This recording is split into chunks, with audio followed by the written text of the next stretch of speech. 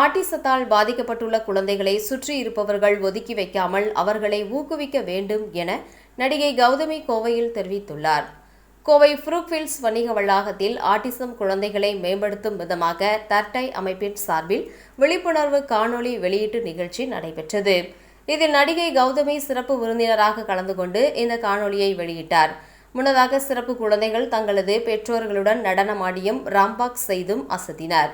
இவர்களுக்கு நடிகை கௌதமி பரிசுகளை வழங்கி பாராட்டுகளை தெரிவித்தார். இதனைத் தொடர்ந்து செய்தியாளர்களை சந்தித்த நடிகை கௌதமி ஆரம்ப கட்டத்திலேயே ஆட்டிசத்தை கண்டறிந்தாலும் சமுதாய ஆதரவு, நரம்பியல் வேறுபாடுகளை புரிந்து கொண்டு சேர்க்கும் எண்ணமும் மிக முக்கியம். மாற்றுத்திறனாளிகளை நாம் ஒருங்கிணைக்க வேண்டும் எனவும், அனைத்து குழந்தைகளுக்கும் ஒரு திறமை உள்ளது. இது ஒரு நோய் அல்ல.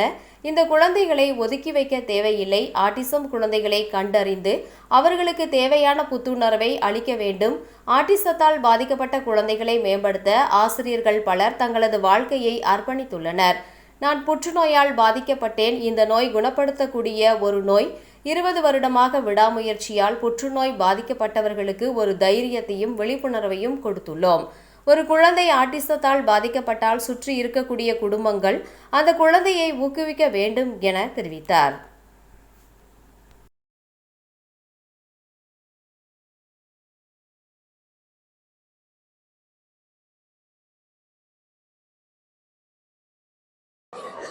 எல்லாருக்கும் வணக்கம்.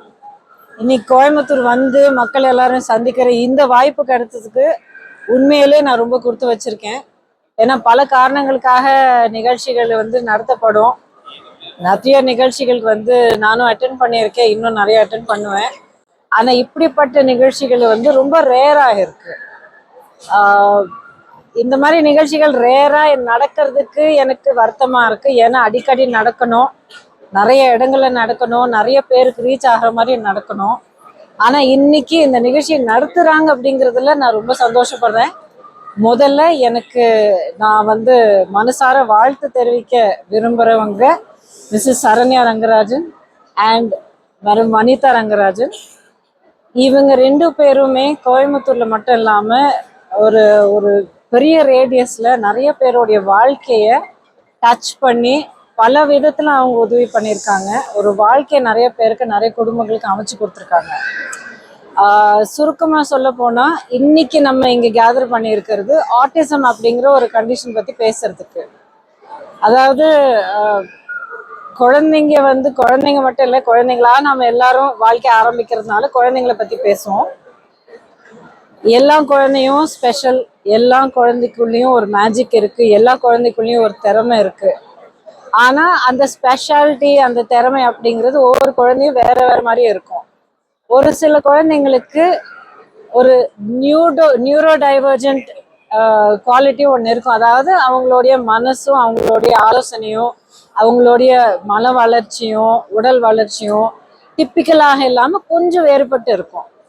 இந்த கொஞ்சம் டிஃப்ரெண்டா இருக்கிற இந்த வளர்ச்சிக்கு பேர் டைவர்ஜென்ஸ், நியூரோ டைவர்ஜென்ஸ். மனசு வேற மாதிரி வளர ஒரு மனசு நியூரோ டைவர்ஜென்ட் சொல்லுவாங்க.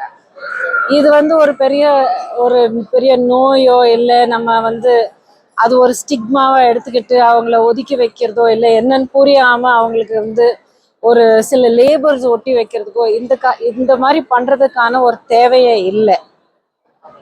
ஒரு 20 வருஷங்களுக்கு முன்னாடி என்னுடைய புற்றுநோய் பயணத்துக்கு அப்புறம், என்னுடைய அந்த அனுபவத்துக்கு அப்புறம், புற்றுநோய் அப்படிங்கிறதுல பயப்படுறதுக்கு ஒன்றும் இல்லை, இதில் வெக்கப்படுறதுக்கு ஒன்றுமே இல்லை. இந்த மாதிரி ஸ்டிக்மா அளிக்கிறதுக்கு ஒன்றுமே இல்லை அப்படிங்கிறது எனக்கு எப்படி புரிய நான் எல்லாருக்கும் இந்த விஷயம் 20 வருஷமா தெரிவிக்க நான் முயற்சி பண்ணிட்டு இருக்கணும்.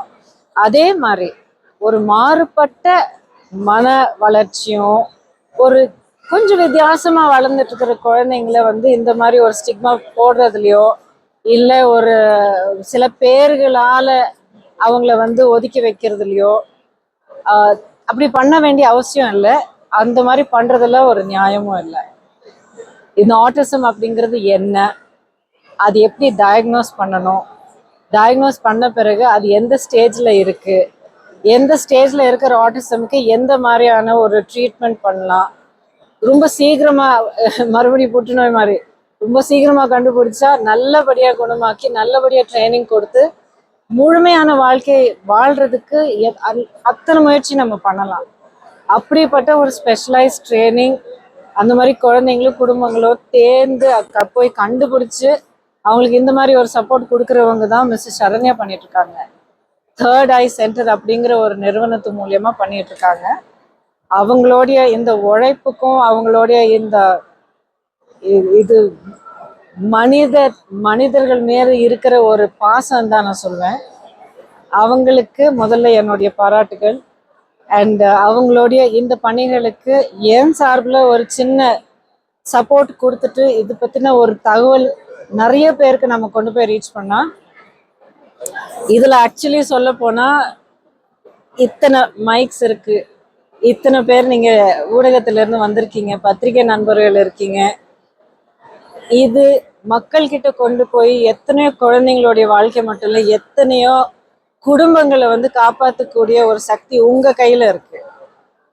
ஸோ அத்தனை தகவல்களும் நீங்க மக்கள்கிட்ட கொண்டு போய் சேர்க்குறீங்க. ஒரு உயிரை காப்பாற்றக்கூடிய ஒரு குடும்பத்தை காப்பாற்றக்கூடிய இந்த தகவல் தயவு செய்து நீங்க கொண்டு போய் எத்தனை பேர்கிட்ட நீங்க சேர்க்க முடியுமோ அது கொண்டு போய் சேர்த்தீங்கன்னா நீங்க பண்ற ஒரு மிகப்பெரிய சேவையா இருக்கும். தமிழ்நாடு முழுவதும் உள்ள ஆக்சிஜன் குழந்தைங்களோட ரேட்டு எப்படி மற்ற மாநிலங்களை விட கம்பேர் பண்ணலாம்?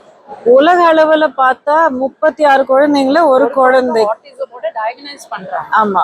ஆனா நம்மளுக்கு இன்னும் வந்து ஒரு ப்ராப்பர் சர்வே இந்தியால இல்ல. யாரும் வந்து என் குழந்தைக்கு ஆட்டிசம் இருக்குன்னு வந்து சொல்ல மாட்டாங்க. எங்க சென்டருக்கே வராங்கன்னா பக்கத்து வீட்டுக்குள்ள தெரியாம ஒளிச்சு மறைச்சுதான் வந்து கூட்டிட்டு வருவாங்க. வெளியே இன்னைக்கே வந்து எங்க கிட்ட எத்தனையோ குழந்தைகள் படிச்சாலும் ஒரு 15-20 பேர் தான் முன்னாடி வர தயாரா இருக்காங்க. ஸோ இன்னும் வந்து ஒரு ப்ராப்பர் சர்வே இல்லை. மத்திய மாநில அரசுகள்ல வந்து எந்த அளவுக்கு நாங்க வந்து ஜிஹெச்ல ஒரு ஃப்ரீ சென்டர் ரன் பண்ணிட்டு இருக்கோம். பட் என்னன்னா எல்லாரும் சப்போர்ட் பண்றதுக்கு ரெடி. ஆனா பேரண்ட்ஸ் முன்னாடி வர்றது அந்த டினாயல்ன்றாங்க இல்லையா, குழந்தைகள் இப்படி இருக்காங்கன்றத ஒத்துக்க மாட்டேங்கிறாங்க. ஸோ அதுலதான் வந்து பிரச்சனையே வருது. கவர்மெண்ட் வந்து ரொம்ப நல்லா சப்போர்ட் பண்றாங்க. ஜிஹெச் வந்து டிஸ்ட்ரிக்ட் ஏர்லி இன்டர்வென்ஷன் சென்டர்னே ஒண்ணு இருக்கு. அதுல நிறைய விஷயம் அவங்க பண்றாங்க. ஆனா பேரண்ட்ஸ் முன்னாடி வரணும். ஆனா இதுல இன்னொன்னு இருக்குங்க, நீங்க கரெக்டா கேட்டீங்க. அதாவது இந்த மாதிரி ஒரு தனிப்பட்ட ஒரு முறையில பொதுமக்கள் இந்த மாதிரி அவங்களுக்கு தெரிஞ்ச விஷயம் ஒரு 10 பேர்கிட்ட சொல்றது வந்து ஒரு அளவுக்கு கொண்டு போய் அந்த தகவலை சேர்க்கலாம். ஆனா ஒரு பெரிய அளவுல சமுதாயத்துல எல்லா இடங்களுக்கும், ஏன்னா இது வந்து ஒரு ஒரு என்ன நீங்க சம்பாதிக்கிற ஒரு பணமோ இல்லை உங்களுடைய சோஷியல் ஸ்டேட்டஸை பார்த்து வராது. யாருக்கு வேணாலும் எப்போ வேணாலும் எந்த ஒரு சூழ்நிலையில வேணாலும் வரலாம். பல காரணங்கள் இருக்கு. சில காரணங்கள் தெரியும், ஆராய்ச்சிகள் இருக்கு. சில காரணங்கள் வந்து தெரியாது.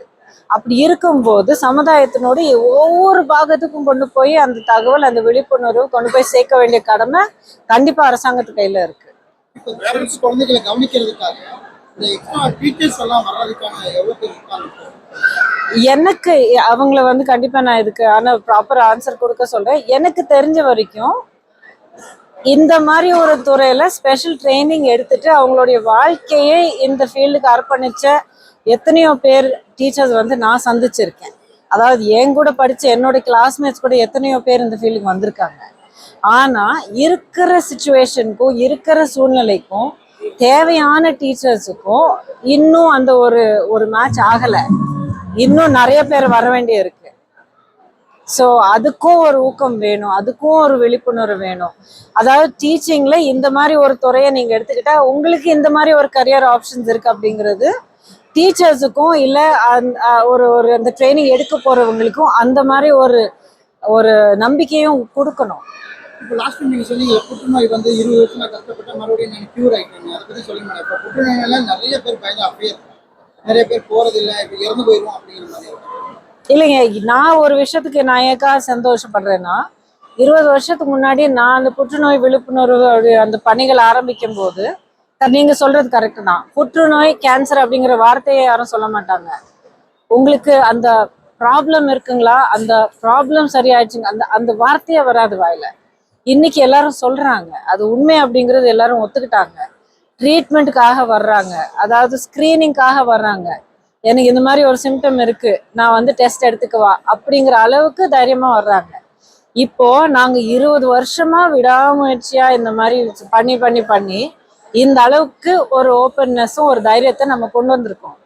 விழிப்புணர்வும் அதுக்கப்புறம் புற்றுநோய் எதிர்த்து போராடுறதுக்கான ஒரு தைரியத்தை நம்ம கொடுத்துருக்கோம். நம்ம அதே அளவுக்கு இன்னும் சொல்ல போனா அதை விட அதிகமான ஒரு ஒரு முயற்சி இந்த மாதிரி விஷயங்கள நமக்கு வேணும். ஏன்னா குழந்தைங்களுடைய வாழ்க்கை நல்லா வாழ வேண்டிய குழந்தைங்க, பிஞ்சு மனசு முழுமையா வாழணும், எல்லா விஷயங்களும் அனுபவிச்சு எல்லா திறமைகளோட வாழ வேண்டிய குழந்தைங்களுக்கு அத்தனை வாய்ப்புகள் கிடைக்கணும்னா இந்த மாதிரி ஒரு டயக்னோசிஸ் ஏர்லி ஸ்டேஜ்ல நடக்கணும்.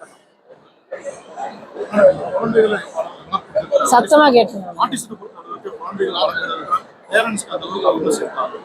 அதுதான் சொல்றேன், இது வந்து குழந்தைங்களை டயக்னோஸ் பண்றது மட்டும் இல்லை. குழந்தைக்கு ஆட்டிசம் ஒரு வேளை டயக்னோஸ் ஆனா சுத்தி இருக்கிற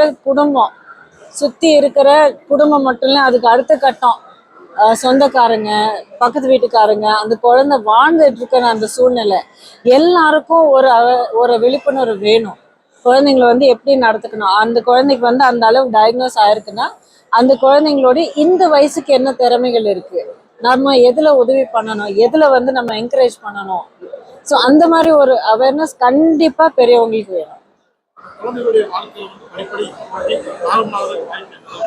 என்னங்க இல்லைங்க, நார்மல் அப்படிங்கிறது ஒவ்வொரு பார்வையில பொறுத்து இருக்கும். அதாவது உங்க பார்வையில நான் நார்மலா இல்லாம இருக்கலாம், உங்க பார்வையில நீங்க நார்மலா இல்லாம இருந்திருக்கலாம்.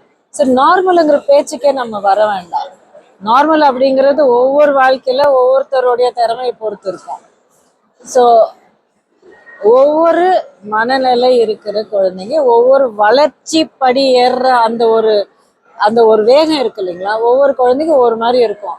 நீங்க பாத்தீங்கன்னா இப்ப பெரிய அளவுக்கு நான் கூட இதில் அனுபவிச்சிருக்கேன். குழந்தைக்கு வந்து என்ன 6வது கிளாஸ் தாண்டிட்டாங்க, ஆனா இது வரைக்கும் மேத்ஸே வரலையான்னு எத்தனை பேர் சொல்றாங்க. அதே குழந்தை வந்து காலேஜ் போய் எவ்வளோ பெரிய படிப்பு படிச்சுட்டு எவ்வளோ சாதிக்கிறாங்க. ஸோ என் குழந்தைக்கு மேத்ஸ் வரலன்னா அந்த குழந்தைக்கு ஒரு முத்திரை குத்திட்டு அந்த குழந்தைய வந்து ஹேண்டிகேப் பண்றது அப்படிங்கிறது ரொம்ப தப்பு. அதுக்காக நார்மல் அப்படிங்கிற ஒரு பேச்சுக்கு நம்ம இடம் கொடுக்க கூடாது, அந்த முத்திரையும் போடக்கூடாது. ஸ்பெஷல் ஆட்டிசமுக்கும் அதுக்கு என்ன சம்பந்தம் இருக்குன்னு தெரியல. அது கண்டிப்பா இந்த பேக்ரவுண்ட்லயும் இவங்க 2 பேரையும் these are 2 great heroes. இவங்க கூட நான் உட்கார்ந்து இருக்கும்போது நான் வந்து அரசியல் பேசினா சரியா இருக்காது. கண்டிப்பா பேசுவேன், ரொம்ப நல்ல விஷயம் அது. அதுக்கான நேரம் வரும்போது, அதுக்கான மேடை கிடைக்கும் போது கண்டிப்பா நம்ம பேசுவோம். 100% சந்தேகம். அண்ணன் ஒரு முடிவு எடுத்தாருன்னா அது தப்பே இருக்காது.